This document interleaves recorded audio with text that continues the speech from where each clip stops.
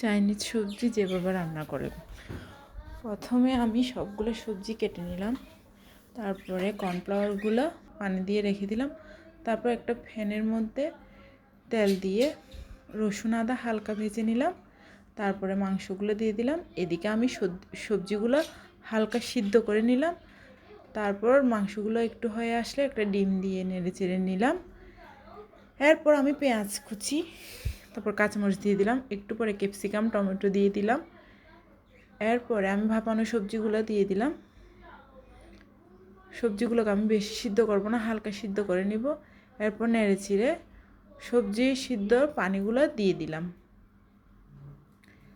এরপরে আমি গোলমরিচের গুঁড়া, তারপর সয়া সস দিয়ে দিলাম।